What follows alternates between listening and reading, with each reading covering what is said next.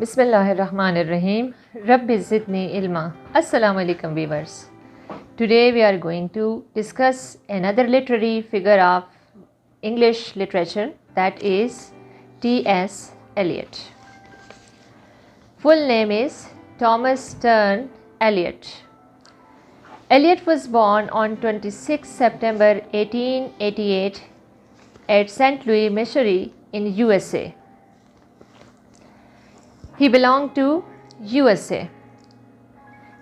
Actually, his grandparents, they belonged to England and they migrated to USA for the purpose of business. His grandfather, he migrated to America and established a Unitarian church in St. Louis. He was a man of writing and also left behind him number of religious writings. Eliot's father's name was Henry Eliot and he was brick trader. His mother was Charlotte Stearns. She was from Boston. She was basically a social worker, but she was also a good writer and she had a keen interest in writing about technical innovations. As far as schooling of T.S. Eliot is concerned, he got his education from St. Louis School till 1905 and he was very good in writing in Latin. So he won gold medal for Latin. As he had been gifted with these writing abilities from his grandparents, from his grandfather and also from his mother. So it is said that he has inherited these qualities. कि Elliott को ये जो writing की quality है उसके parents से मिली, उसकी mother से और उसके ग्रैंडफादर से। सेंट लुइस से एजुकेशन हासिल करने के वक्त भी आपको क्लासिक में बहुत ज़्यादा इंटरेस्ट था और आपने क्लासिकल लिटरेचर को बहुत ज़्यादा स्टडी किया। 1906 से 1910 तक आपने हार्वर्ड में स्टडी किया और वहाँ पर आपने ग्रीक, फ्रेंच और इंग्लिश लिटरेचर को डीपली थरोली स्टडी किया। इसी अरसे में आपने जो फ्रेंच सिंबलिज़म की मूवमेंट थी उसमें भी आपका बड़ा इंटरेस्ट था और फ्रेंच जो सिंबलिस्ट थे उनको आप स्टडी करते थे, जिनमें के सबसे ज़्यादा फेमस जो नाम था लेफोक का, और इन्हीं को मज़ीद स्टडी करने के लिए फिर आप फ्रांस भी गए। 1914 में आपने इंग्लैंड मूव किया, आपने ऑक्सफोर्ड में स्टडी किया और वहाँ पे भी आप मुख्तलिफ़ लिटरेचर की स्टडी करते रहे 1915 तक। इस अरसे में आपने as a school teacher profession को ज्वाइन किया। यही वो अरसा था कि जब वर्ल्ड वार फर्स्ट का दुनिया में आगाज़ हुआ था। इस अरसे में आपकी मुलाकात एज़रा पाउंड से हुई और एज़रा पाउंड एक फेमस राइटर थे। उन्होंने आपको लिटरेरी सर्कल में इंट्रोड्यूस कराया और एज़रा पाउंड वो शख्सियत थे जो आपके थ्रू आउट द लाइफ आपके मेंटर रहे और इसके साथ साथ आपके फ्रेंड रहे। आपने विवियना हाई से शादी की और काफ़ी अरसे तक आपकी बहुत सक्सेसफुल मैरिज रही, लेकिन कुछ 30s में उनकी इलनेस की वजह से उनकी डेथ हो गई। आपने second marriage Miss Valerie Fletcher से की इन 1957। एलियट को अपनी राइटिंग की वजह से, अपनी पोइट्री, अपने प्ले राइट, अपनी क्रिटिसिज्म की वजह से नोबेल प्राइज़ इन लिटरेचर का अवार्ड भी मिला and that is for outstanding pioneer contribution to modern day poetry. कि मॉडर्न डे की जो पोइट्री है वो आउटस्टैंडिंग पोइट्री लिखने की वजह से आपको नोबेल प्राइज़ ऑफ लिटरेचर मिला। इसी तरह से आपको ऑर्डर ऑफ मेरिट भी दिया गया इन 1948। इसीलिए आपके नाम के साथ OM लगाते हैं। ये ऑर्डर ऑफ मेरिट उनका वो ऑनर है जो उन्हें दिया गया। अगरचे आप अमेरिका में आपकी पैदाइश हुई, लेकिन 1927 में आपने ब्रिटिश सिटीज़नशिप हासिल कर ली थी। उसके बाद आप ब्रिटिश सिटीज़न बने रहे। एलियट अपने बारे में कहते हैं, he proclaimed himself classicist in literature, royalist in politics and Anglo Catholic in religion. ये वो स्टेटमेंट है जो आपने अपने एक एसे में, essay on style and order में आपने अपने बारे में कही थी। एलियट बहुत अरसे तक, स्टार्ट में जब वो इंग्लैंड में आए तो उन्होंने अपनी राइटिंग का आगाज़ एज़रा पाउंड के कहने पर आपने अपनी जो राइटिंग्स थी उनको पब्लिश किया। यही वो दौर था कि जब आपने स्टार्ट में प्लेज़ लिखने शुरू किए। आपके जो प्लेस थे वो वर्स प्लेस थे। उन प्लेस में शामिल है Sweeney Agonistes, that is in 1926, the rock 1934, murder in the cathedral 1935, the family reunion 1939, the cocktail party 1949, the confidential clerk 1953 and the elder statesman 1959। जहाँ तक स्वीनी एगोनिस्टिक का ताल्लुक है, स्वीनी एगोनिस्टिस में आपके ये इनकम्प्लीट प्ले था, वन एक्ट प्ले था, और इसमें आपका जो इस प्ले का टाइटल था that is inspired from Milton's Samson Agonistes. This play shows meaninglessness of contemporary life. Second was Murder in the Cathedral and this was a famous play of the time।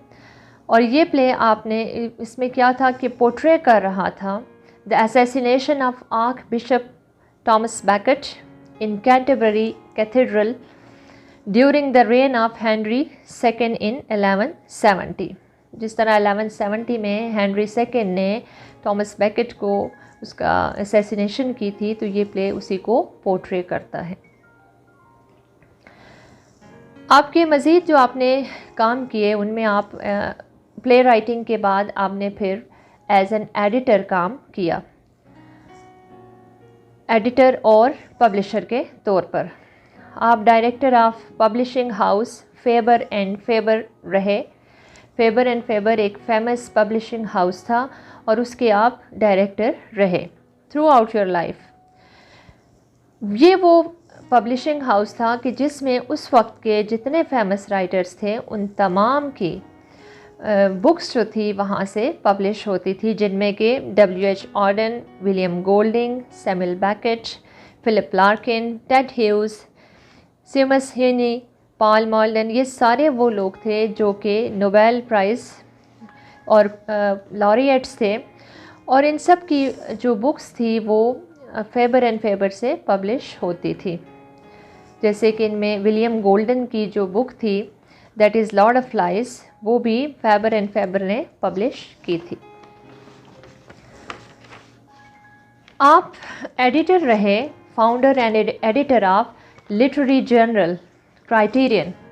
1922 से 1939 तक आप उस literary journal के founder भी रहे और editor भी रहे।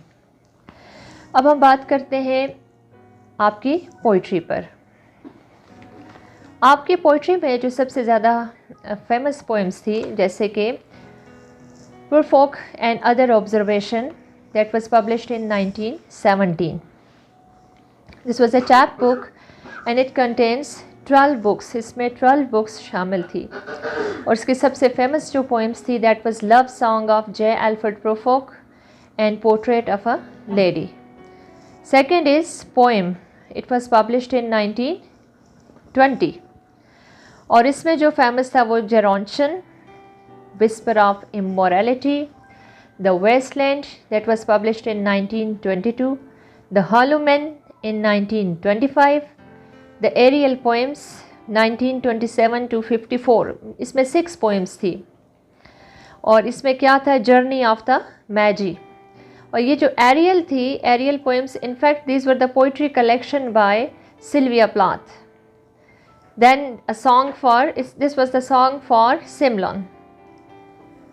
Then is Ash Wednesday. Ash Wednesday, it was published in 1930. Old Possum Book of Practical Cats, that is in 1939, and Four Potted 1945. ये आपकी वो बुक्स थी जो उस अरसे में आपने पब्लिश की पोइट्री के हवाले से। टी.एस. एलियट जब एज़रा पाउंड से मिले तो उन्होंने आपको बहुत ज़्यादा इंस्पायर किया और आपको मोटिवेट किया अपनी बुक्स को पब्लिश करने के लिए। अब हम थोड़ा सा इन्हीं पोएम्स को एनालाइज करते हैं। प्रोफोक को,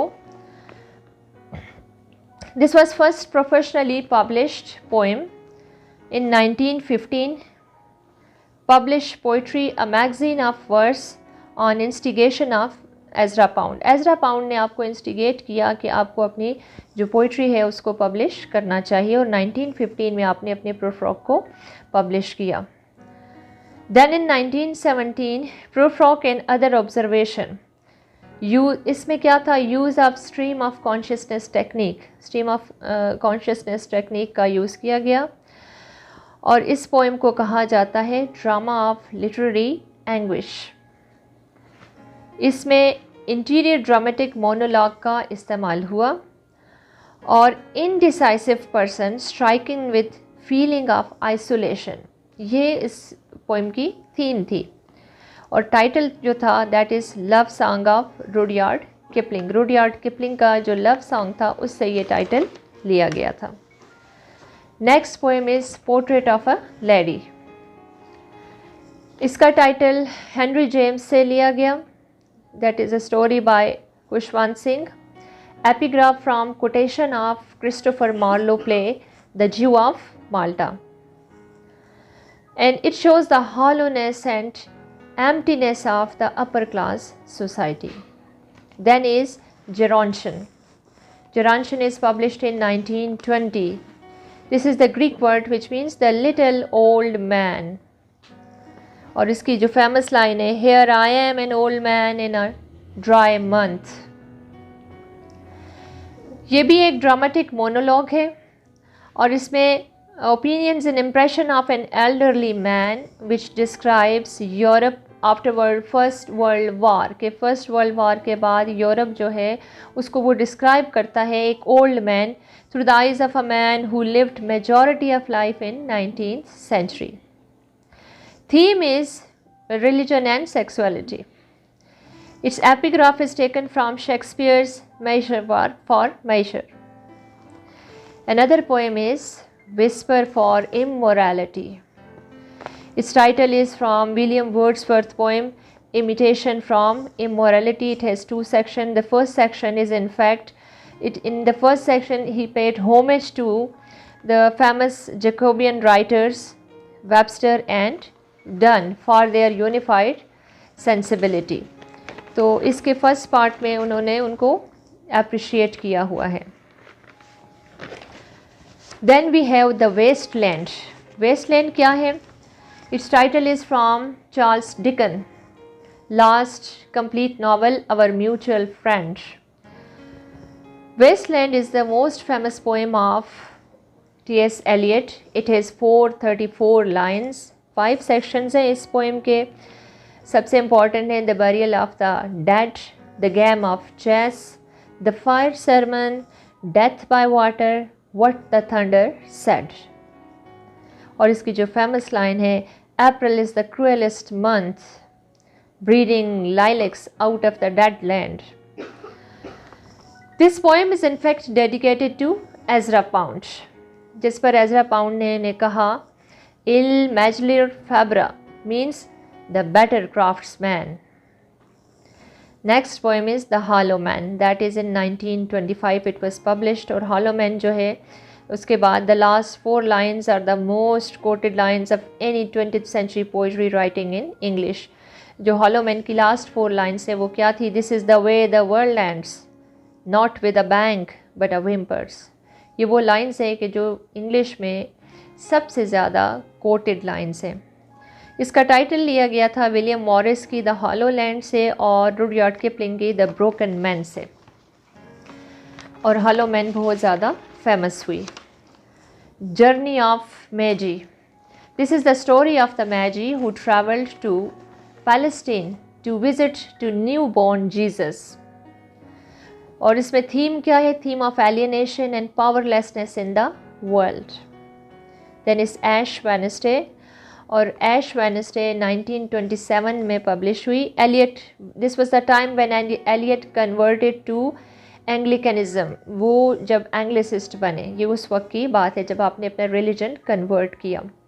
दिस इज़ कन्वर्जन पोएम. इस पोएम को कन्वर्जन पोएम भी कहा जाता है. And it is based on Dante's Purgatorio. Old Possum's book of practical cats. In this book there is feline psychology and sociology. और ओल्ड पसम जो है इनफैक्ट निक नेम है जो कि एलियट के लिए एजरा पाउंड ने यूज़ किया. Macavity is the mystery cat. Then is 4 quartets. 4 quartets set of 4 poems हैं जिनमें के Burnt Norton, East Coker, the Dry Salvages, Little Gidding. ये वो पोएम्स थी कि जो आपने वर्ल्ड वॉर सेकेंड के दौरान लिखी थी. और इन पोएम्स में क्या था? Interlinked meditation, man's relationship with the time, universe and divine. इसके अलावा आपने टी.एस. एलियट ने ऐसे में और लिटरेरी क्रिटिसिज्म में भी काम किया. आपके एसेज और लिटरेरी क्रिटिसिज्म बहुत ज़्यादा फेमस हुए. उसमें जो सबसे फेमस है वो है tradition and individual talent 1919. It was first published in the Egoist, first book of criticism, The Sacred Word. Then the English metaphysical poets, The Function of Criticism, and another is The Frontiers of Criticism. तो literary criticism में Elliott जो हैं, he stands in the line of poet critics like Ben Jonson, Dryden, Johnson, Coleridge and Matthew Arnold. Coleridge died on 4th June 1965 and is buried in Poets Corner in Westminster Abbey. और उनकी poem से एक extract little गिडिंग से लिया गया है. उनके epithet पे वो लिखा हुआ है, The communication of the dead is tongued with the fire beyond the language of the living. And this is all about T.S. Eliot. Hope you have liked all this information about T.S. Eliot. Please like and subscribe my channel. Thank you so much.